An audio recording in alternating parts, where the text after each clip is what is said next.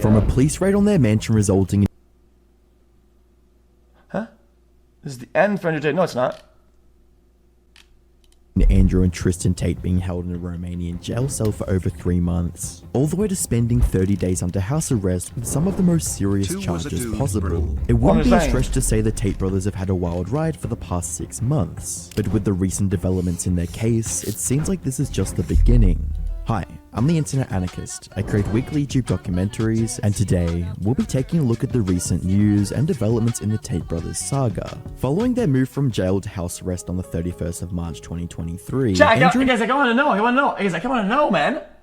know, man.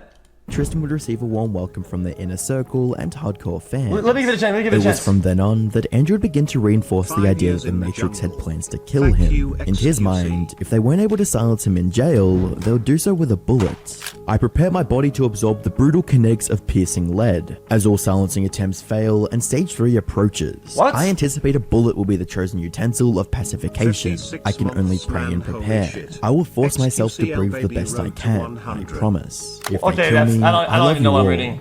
A message that would really resonate in the hearts and minds of his most dedicated fans, with many believing that the Matrix was after Andrew for the message that he preached, and that the entire criminal investigation was simply a ploy to keep him down and silenced. A ploy that massively backfired, resulting in Andrew looking like the underdog going up against an all-powerful institution. And the fact that he was placed in a cell for 90 days without any charges added some credence to this idea. The Streisand effect seems to be in full swing. The Matrix was trying to silence the Tate brothers, which only made their side of the story more convincing, or that's at least how it seemed on the surface, as in the short months later that followed, their transition to house arrest would be flooded with new evidence. Heated interviews, making the point that there is Actually accused me of a crime. Emotional or psychological manipulation. I've asked you a question and serious litigations that completely turned things upside down. On the 10th of May 2023, The Sun released an article detailing the real reasons the Tate brothers were released from jail and moved into house arrest. The 80-page court order... Wait, it's what? Real reasons the Tate brothers were released from jail and moved into house arrest. The 80-page court order that the article was based on outlined the true nature of the investigation. Prosecutors from Tate, Romania's organized crime busters, had attempted to argue the Tates were a danger to the alleged victims. Quote, prosecutors from Tate, Romania's organized crime busters, had attempted to argue the Tates were a danger to the alleged victims, but the judges at the Court of Appeal disagreed, and said the brothers on house arrest would ensure a fair investigation. In the judge's eyes, the investigation wouldn't be negatively impacted by the Tates being under house arrest, even stating, quote, the Tates were not a risk as they were highly educated, lacked a criminal record, and were socially integrated. This proved that the Tate brothers weren't released as a result of the prosecution's lacking evidence, but due to the judge wanting to make the investigation fair. Speaking of investigation and evidence, Tate stated that they, quote, have thousands of documents and pieces of evidence, even going further to say that the investigation... Jack, couldn't they have possibly gone to that conclusion that they were like a highly educated, criminal record free, and gone to house arrest, put them on house arrest earlier than that? I feel like then they were put into jail for like 6 days or something like that, or like 30 plus or something like that. I feel like that conclusion is pretty easy to get there. And if you're gonna get there, might as well get there early so that people don't go to fucking jail if they be at home. But I don't know. I digress. Into them will be complete by July, which them. could indicate that the Tate brothers would be charged within the month of June, possibly going into I think July. they should Going take that. from That's jail to justice house system. arrest was a win for the Tate brothers, but the Okay. They care. You say who cares? They care, and I think to a certain degree, I think you should care to at least not care about maybe them if you don't care about them, but care about the concept of it, right? Because that's like your justice system. So like you should. The investigation was nearing a conclusion and seemed to be backed by a mountain of evidence. By the 1st of June 2023, Andrew would go on an interview with the BBC. It was his first interview after being released. However, it wouldn't be a beneficial one, as the encounter would quickly become extremely combative within minutes. Have you raped anybody? Absolutely not. Have you trafficked anybody? Absolutely not. The first section of the interview was mostly spent discussing things that Andrew had said in the past, and how they may relate to the current investigation. Do you catch that tantalizing scent? Well, that's the signature aroma of today's spot. The reporter didn't appear to be concerned with Andrew staying in prison, and mostly brought up out-of-context quotes from his past posts on YouTube, the courses on his old website, and various other sources, many of which that have been already taken down or deleted. Women who are going to court to accuse accuse you of rape and human Sophie hasn't gone to court. Sophie doesn't and exist. I'm describing women who have The spoken video to she was referring to is from Andrew's webcam business course. Charges. The first one you mentioned, the rape one's already been thrown out by a judge because there's no evidence of it. Throughout the interview, Andrew claimed all quotes were either taken out of context or denied ever even saying anything like it. I remember this interview, He we even watched it. denies taking down his old website. No website's been taken down. My website is the same. It's been the same for a very long time. The comments on this website, on the original website, have been taken down, and I wonder It is why. true that some of her references to a few podcasts were taken at face value, but the issues of his old website were concerning. His old courses that were meant to teach men how to start a webcam business that clearly took advantage of women. Andrew would go on to claim that no one was speaking out about the Clear. Okay. Guys, listen. webcam business. Guys, I'm not making any conclusions. I'm trying to put the words and understand the data or what's being shown. It said, yeah, I mean, that is... Jesus. Okay. That clearly took advantage of women. Andrew would go on to claim that no one was speaking out about the case, other than the imaginary individual that Legacy Media created, whilst denying that his is fucking involvement weird. with a webcam business. These claims become harder to believe when you take a look at the documents regarding Andrew's case. Go back. Oh, you guys can see it? Oh, because my camera. Oh, my bad. Sorry. Courses that were meant to teach men how to start a webcam business. Well, I think if you're a normal human, you can definitely understand how that would be weird. If you don't, I mean, I'm not even about explaining. It's like you're kind of socially backed up for sure. That clearly took advantage of women. Andrew would go on to claim that no one was speaking out about the case, other than the imaginary individual that Legacy Media created, whilst denying his involvement with a webcam business. These claims become harder to believe when you take a look at the documents regarding Andrew's case. What followed was a transcript of Andrew's conversation with one of the victims. He explained his Michelle says, "Oh, dude, the girl signed up for this, brother." I think the guys and the ruse initially are described as like seduction into that shit, whatever, and then you mixing that is cooked. I mean, what are you talking about? What is not to? business model, referenced his courses, and stated that he wanted her to come and live with him in Romania. Andrew quoting, "You're not stupid, and you probably guess how I make so much money. I have to It was hide written it, on the really." screen. The victim saying, "Webcam?" With Andrew replying, "For a long time, I did this with a team of girls who were Why is this so loud? chat. The company was fake, but that's how I watched my dirty money." Why is it so loud? And asking, "How can I start a webcam business?" So I started charging men to teach them. Parts of the document even detail how Andrew allegedly used women to launder money and had the phrase "property of Tate" tattooed on their bodies. According to Andrew, all this information was fabricated by the Matrix to slander his name. The interview turned debate would eventually become so heated that Andrew's lawyer had to step in. Agreed to do an interview where you are going to ask questions that are going to give us the opportunity to clarify some things. These are very loaded questions. sorry. And so far, I'm sorry, I have arranged this and I'm talking right now. Chat, people that don't know about the internet and media don't understand this, right?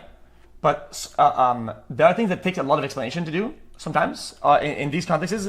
It's why media people they send in a wide variety of questions to the lawyers or the publicist, and then what happens then is that they know what's gonna happen. They can have a little bit of an idea, right? And when they show up in person, they ask those questions. I think if this person went out of that line of questioning and asked and said things that are much more complicated and would have to be prepared for whatever the fuck and in order to explain better, well then she's just wrong. It makes her just a bad interviewer. You just can't do that. In fact, the lawyers there is that they agreed before on what the question line would be, and the person behind it is like, "Yo, dude, you're not doing that." So that's how that works. That is how these things work. That's not an admission or what. That's just like.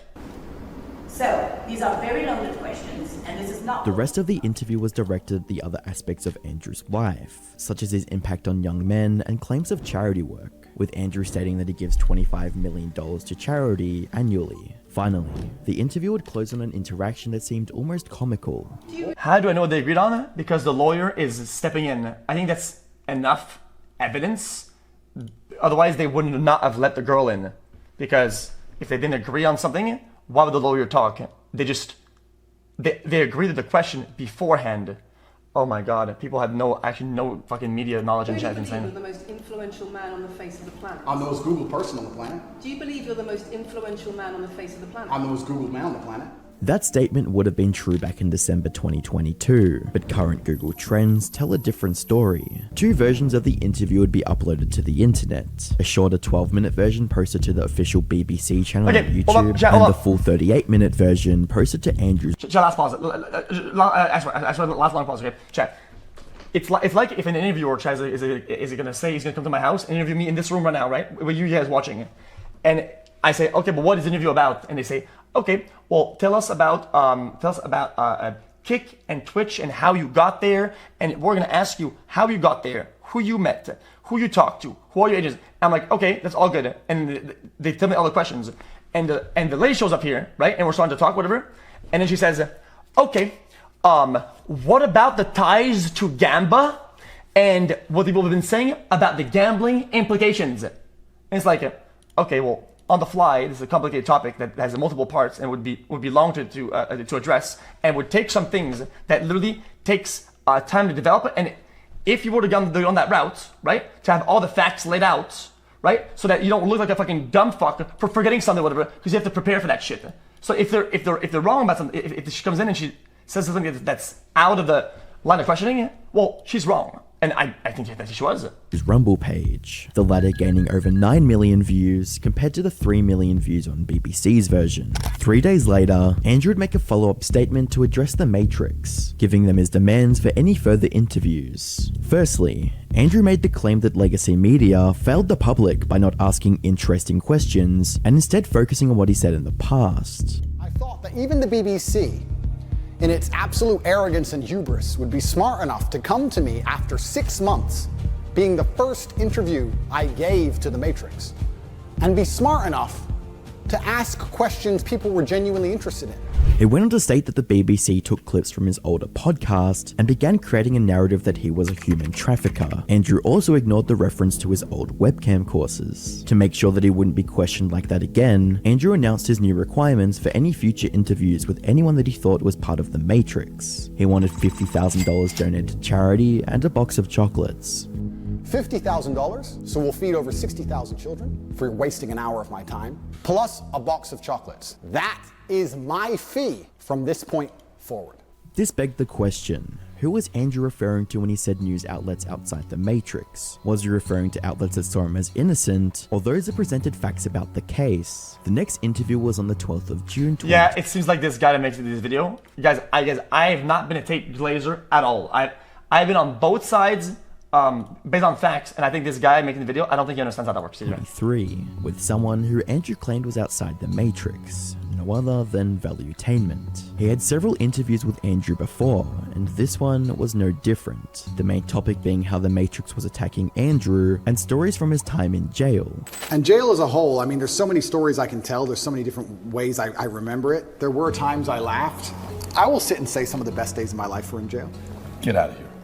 Andrew would eventually talk about the criminal case, although in a limited fashion. He claimed the events that the BBC discussed happened 9 years ago, which is odd since his indictment is based on events that occurred in 2022. The video would become an instant fit with both Andrew Tate's fans and haters, garnering over 10 million views on YouTube. The narrative of the Matrix attack was pulling a public sentiment towards Andrew, and he intended to take full advantage of it. His first emergency meeting stream happened a few days later and had over 400,000 concurrent viewers. During the meeting, Andrew stated that there were parts of the case that he couldn't discuss, but he made several claims about what they were accused of. He claimed the case had nothing to do with the webcam business, but was all about stealing money from girls' TikTok accounts. Hey Tristan, you used to run a webcam studio. I no longer run one, but yes, I used to. How is this linked into the case? That has nothing to do with the case. But the narrative is that I formed a criminal gang when my net worth was already over $100 million.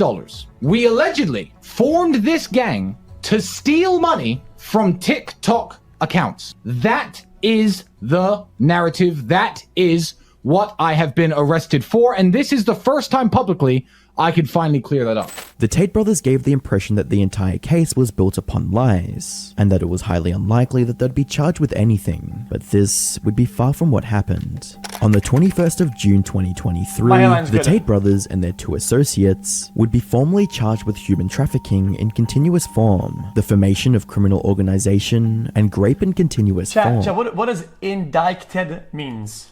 Dicot's latest press release added several damning details about the case. In addition to the original allegation, the Tate brothers were charged with, quote, illegal access to the computer system, alteration of the integrity of computer data, instigation and hitting or other violence, as well as, quote, the 7 victims identified during the criminal investigation were subjected to forced labor. Of the 7 victims who were sexually exploited by the organized crime group, 3 became civil parties in the criminal process. Dicot went on to state that they had confiscated 15 properties with the IFOV County, 15 luxury cars, shares within 4 commercial companies, and $3 million in cryptocurrency. The investigation was complete, and they were going to trial, but in Dicot's own words, situation that cannot in any way defeat the principle of presumption of innocence. Just a day later, Andrew would address the situation by complaining about the bad press and claiming the media was corrupt.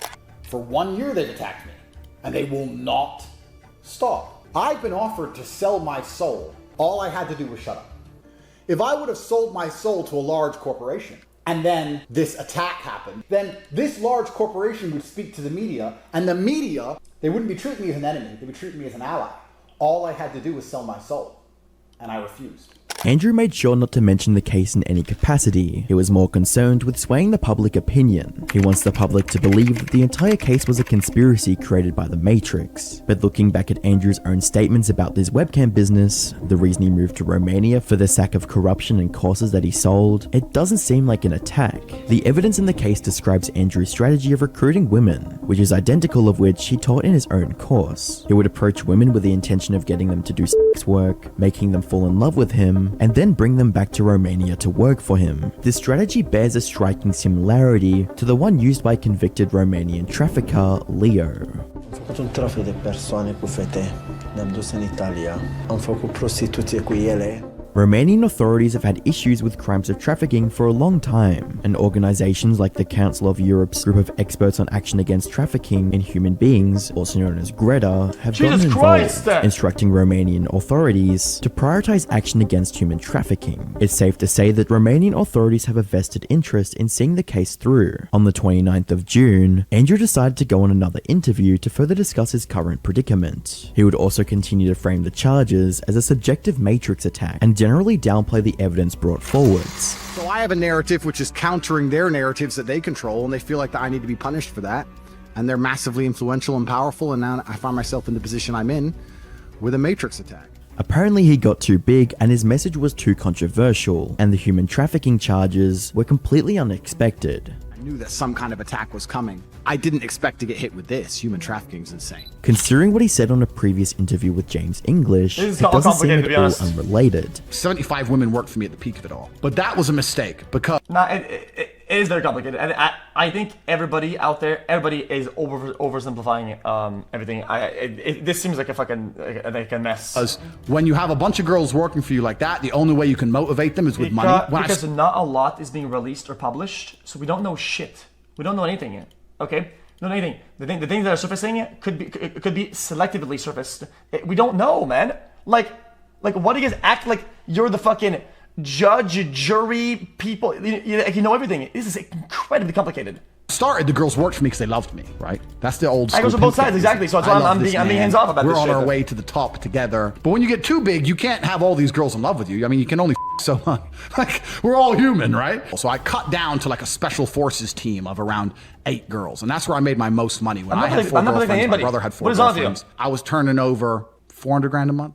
The story of the Tate brothers is a long and fascinating one packed with unanswered questions. Why did they take down their old website and courses? And was Andrew really predicting the Matrix next move? Or is it all just an attempt to cover his tracks? There are 2 main ways that people view the Tate brothers' current situation. One side believes it's entirely a product of the Matrix, and the other side assume that the crimes of his past are finally catching up to him. Andrew is yet to be proven guilty, and in the eyes of the law, he is still innocent. However, the coming months of court proceedings things will certainly put that to the test. Many people believe Fair enough. Andrew to be the most hated person on the internet, but that's not true. Click the video on screen to find out who truly is the most hated person. It's me. I'm the most hated person. It's me. Yo, this is X on the Yeah. beat, yo. But Okay, you heard my voice as well. that ass. Anyone knows that boy? I don't know, he's just so soy. Anyone knows that boy? I don't know, he's just so soy.